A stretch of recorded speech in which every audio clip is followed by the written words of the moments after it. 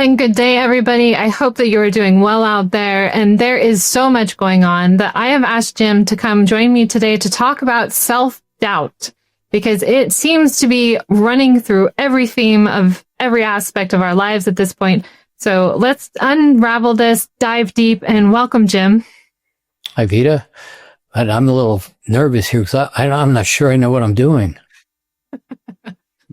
I had this feeling I don't know what I'm doing. Well, let me see if I can get over the doubt. Oh, and that's just the perfect way to kind of start off, is nervousness is a form of self-doubt. There's so many different forms of what you say, the I'm not okay statement. So I think it's great to bring attention to all these spaces of like, I'm nervous. Oh, I don't know if this is going to work out. Let's frame this from the standpoint of what is doubt? What is doubt? Where does it come from? And it comes from lots of places, but basically doubt is a learned experience. And as we've said lots of times, as we're growing up, if you look at that little 1-year-old and 2-year-old, they're just full of joy and they're into everything until the mom, dad, teacher, minister says, no, what's wrong with you? You can't do that. You're not okay. And whatever way they say you're not okay, it's whether it's grabbing them by the arm and pulling them away and say, you can't do that. You can't. You're not good enough. You're not ready. That's the learned process of doubt. You didn't come in with doubt.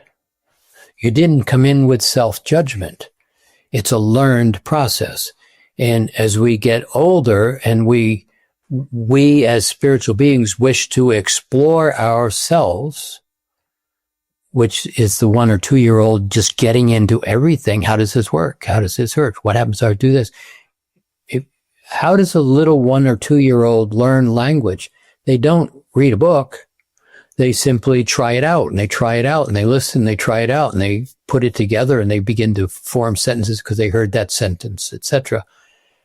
But the doubt is really, in a lot of ways, it's a bad gift. It's like somebody else says, you are not okay. Here, I have this gift for you. You're not attractive. You're not okay. You're never going to succeed. Nobody's really going to like you. That color lipstick you're wearing, I don't know why you'd ever choose that color lipstick. And all of a sudden it's like, oh, wow, what did I do?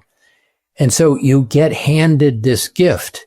And then the real challenge about it is you try to figure out what's wrong with me.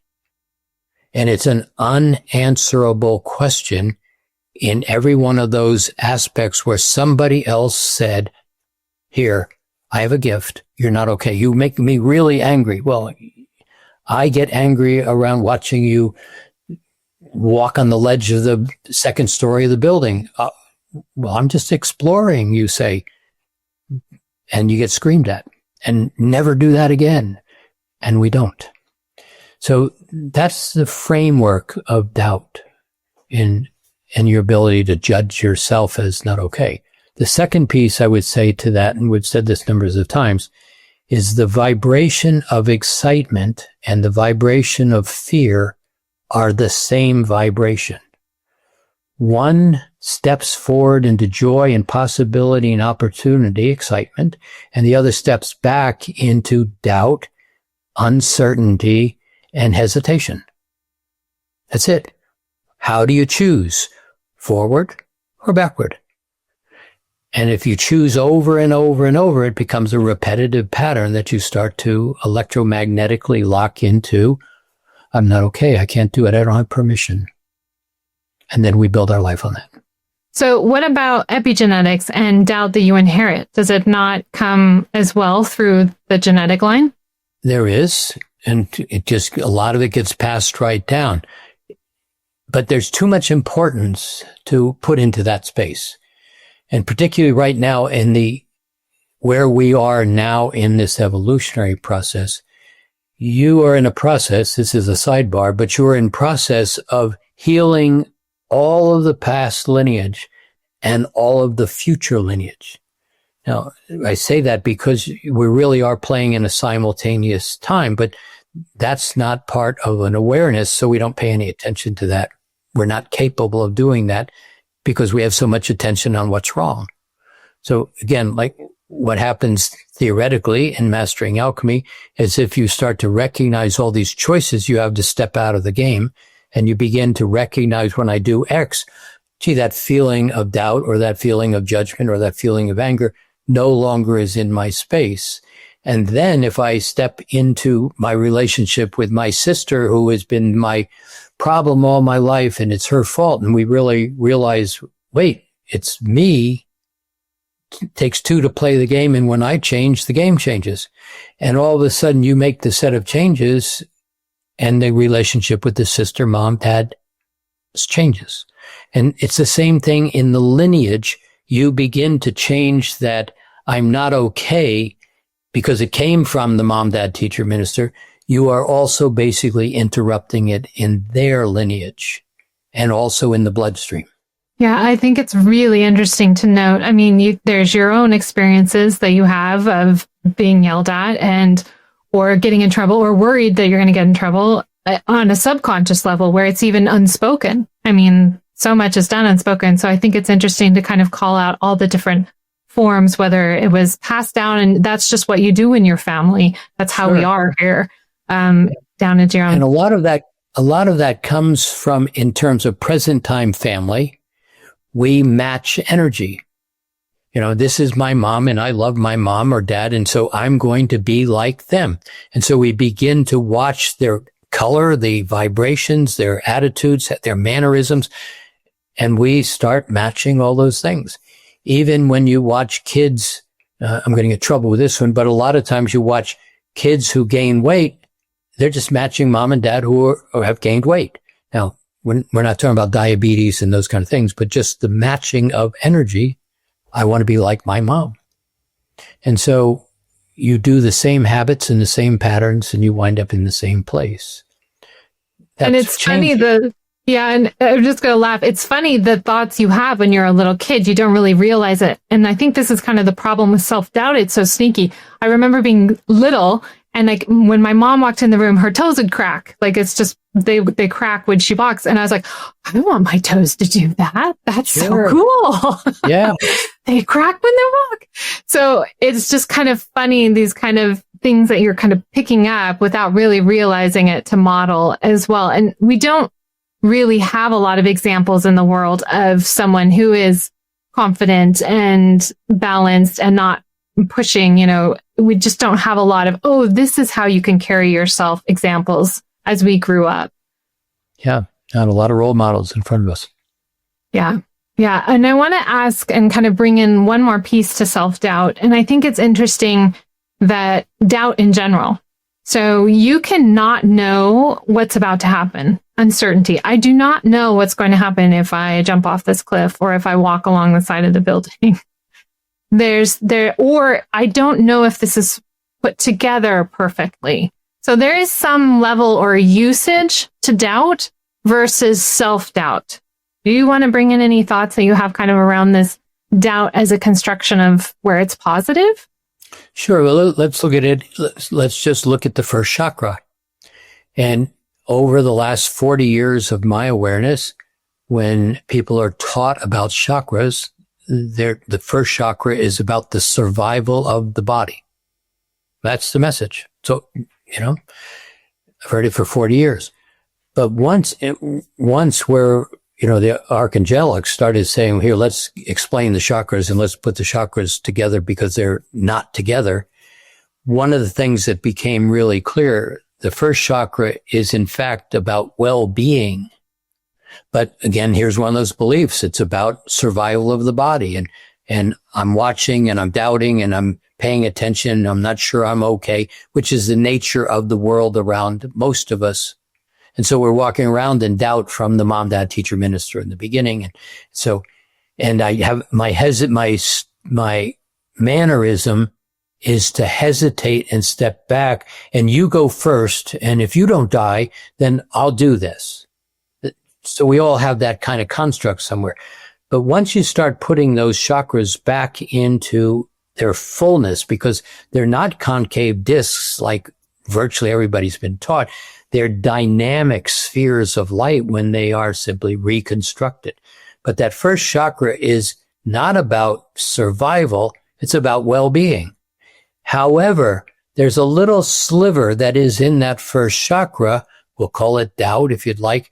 It's the place that you're standing on the edge of the cliff and somebody says, can you move another 2 feet closer to the edge? And the first chakra says, are you kidding me? Survival, the body says, this is not a good idea. How many times have you felt that? Or another part of it is that internal guidance system. Everybody says, oh, we're going to go do this, but something right in the heart says, I don't think so. And if you pay attention to that, 100%, and I always say 100% about 2 or 3 things, 100% what it said to pay attention to comes out and you land on your feet. You know, everybody goes, yeah, we're going to go and do this. And you go, I don't think so. And they go do it and it didn't work out at all. Other times you're standing on the edge of that cliff and you say, I've got to jump. Everybody goes, you are nuts. But you jump and you have a fabulous experience that you would have never had if you were in doubt. And so those two, that first chakra and that internal guidance system, when those are aligned in the space of joy and well-being, doubt begins to be, as you said, a hesitation, not from fear, but from, let me figure this out. It's like, well, I don't know if that car is really coming 80 miles an hour down the road that I'm going to cross, or is it just kind of inching along and it's going to make a turn? Should I run across the street or not run across the street?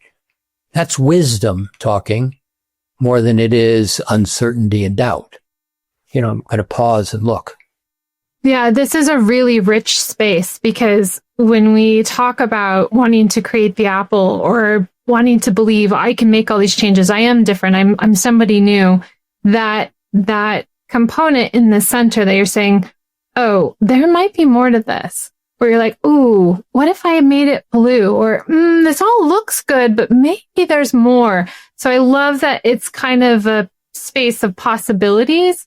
So when we look at doubt as the stepping back, like you were talking about fear, this is like, ooh, I don't know, versus, ooh, maybe there's more. That's when I think you can kind of identify when your doubt's a little bit more in balance than say my doubt is, I'm not okay, something's going to be wrong, because there's a lot of that in the lower chakra you're talking about for well-being that's coming up, whether it's in the form of financially not okay, or I don't have a stable home, like all the way up to my, universe is now blowing up. There's so much in everyone's layers of I'm not okay in the different forms and shapes that are kind of really being pulled in this huge heart space that we've been moving through in this last year. Do you want to talk a little bit how maybe we can manage this big pull?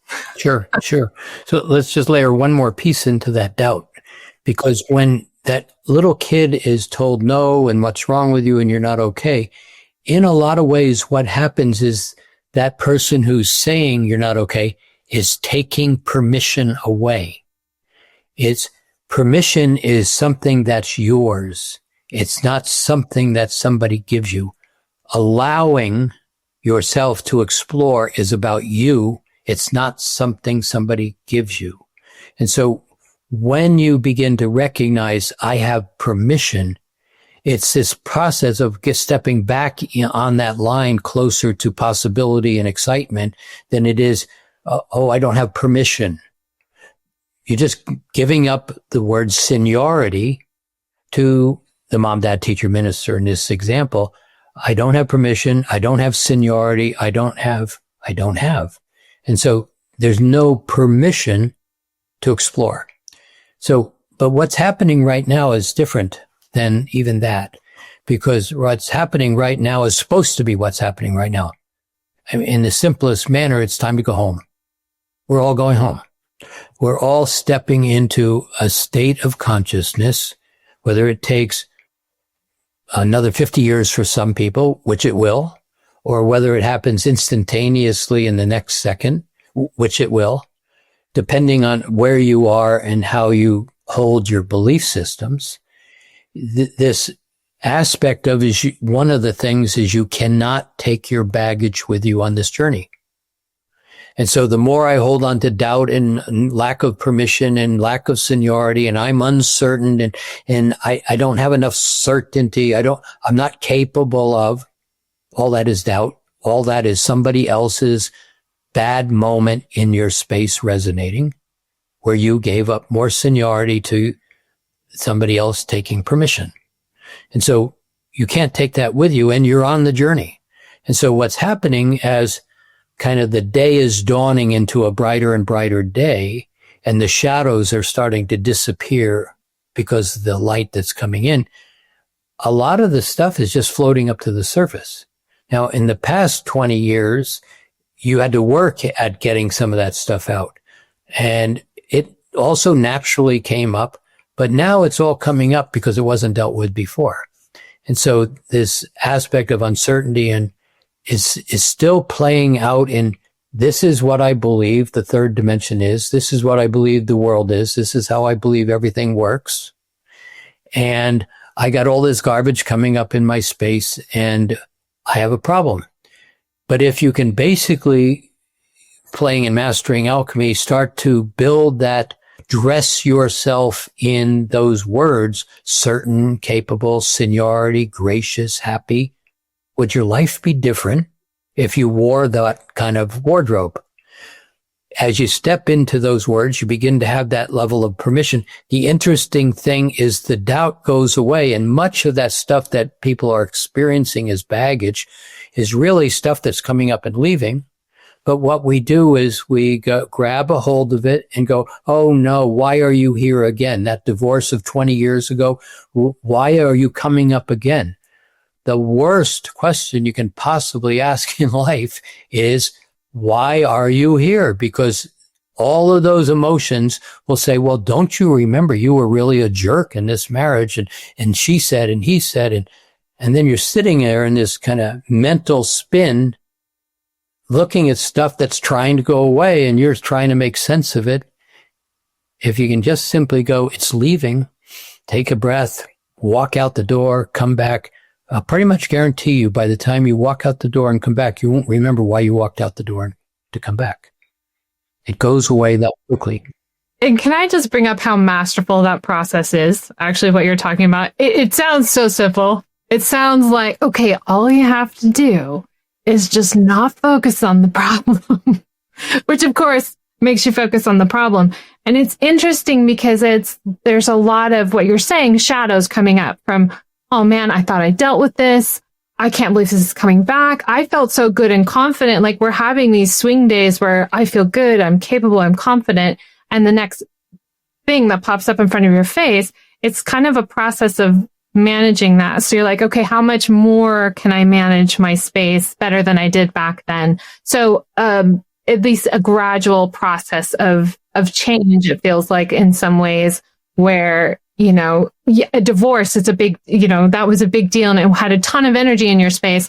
The next time around, something similar or a very uncomfortable, how masterful can you be in, say, that moment? And then it just gets more and more diffused, less static and noise around the edges. So it's kind of this process. So I guess for me, I want to say to everyone too, don't beat yourself up. Like this stuff is coming up like crazy.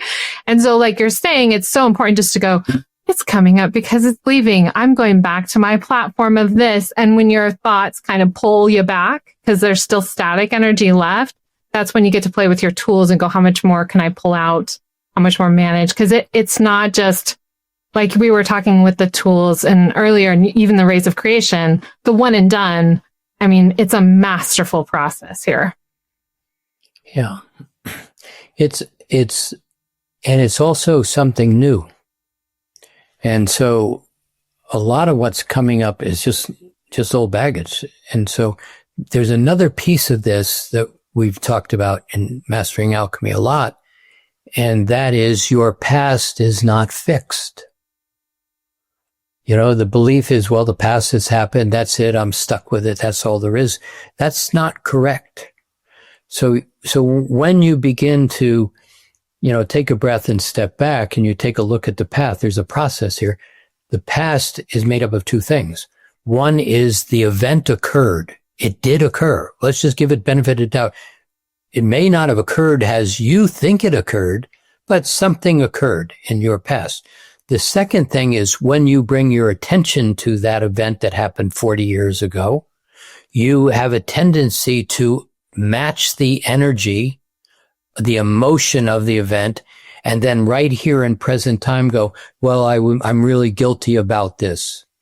If you can stop right there and just simply say, that happened 40 years ago, and yes, it happened, but this feeling of guilt right now and present time, is this something I need to carry around? Am I really going to, steal the candy bar again at 50 years old?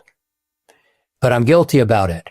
Well, does being guilty have any value to you at, 40, 50, 30 years old, an event that happened when you were 5 years old?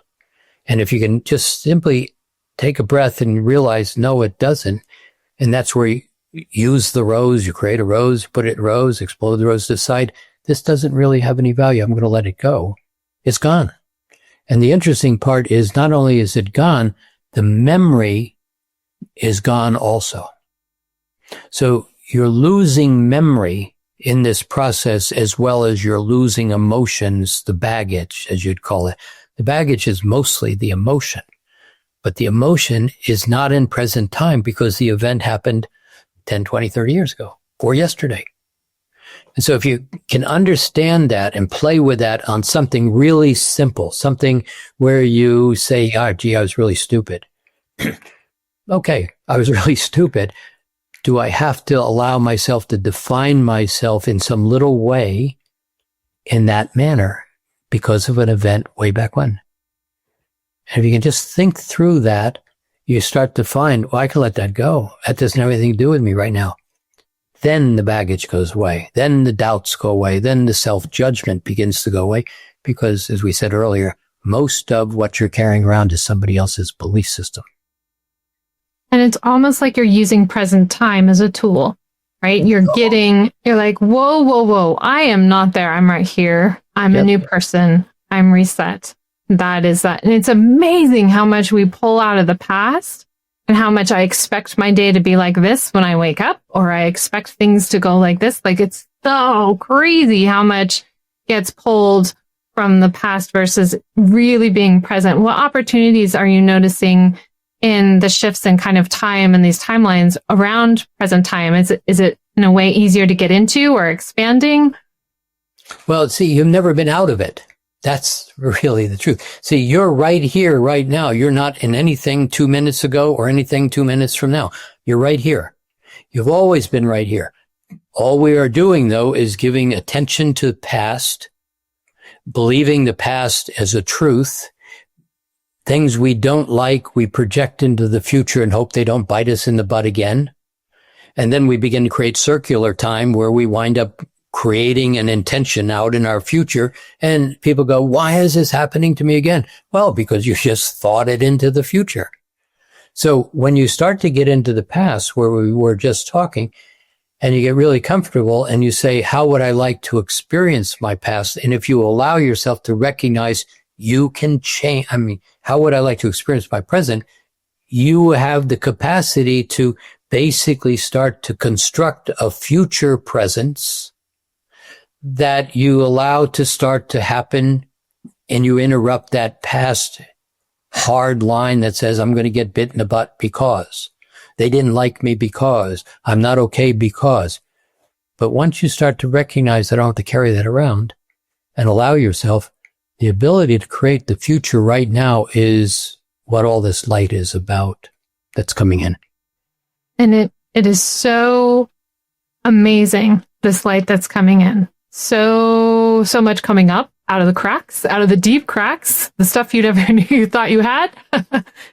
So it's incredible and powerful. I think then for the takeaway for people, we've kind of covered 3 things to kind of deal with doubt. Pay attention to the doubt. Is it there to serve you? Are you stepping back? Are you stepping forward?